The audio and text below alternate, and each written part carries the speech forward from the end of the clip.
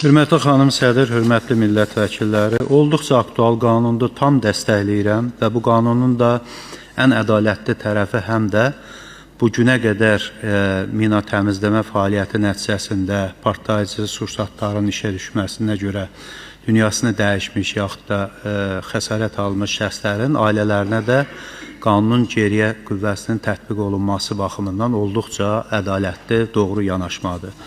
Mən burada başqa bir məsələyə toxunmaq istəyirəm. Biz təkcə mina təmizləmə fəaliyyəti ilə bunu bəlkə məhdudlaşdırmayaq. Hörmətli Arzu müəllim ətraflı məlumat verdi və çox dəyərli fikirlər səsləndirdi. Bunu qanunvericilik subyekti ilə danışıb.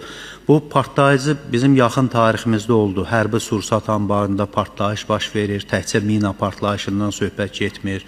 Və mən hesab edirəm ki, burada bəlkə biz partlayıcı maddələrin zərərsizləşdirilməsi sahəsində ixtisaslaşdırmış şəxslərin müxtəlif məkanlarda baş verən partlayışların qarşısını alması prosesini də bura daxil eləyək ki, çünki Daxili İşlər Nazirliyinin, Milli Təhlükəsizlik Xidmətinin, müxtəlif ordu müdafiə Nazirliyinin daxilində məhz hardasa terrorçuluqla bağlı elə şəhərin mərkəzində ya başqa yerlərdə baş verə biləcək hansısa bir partlayış ehtimalının qarşısının alınmasına da bunu şamil edə bilək.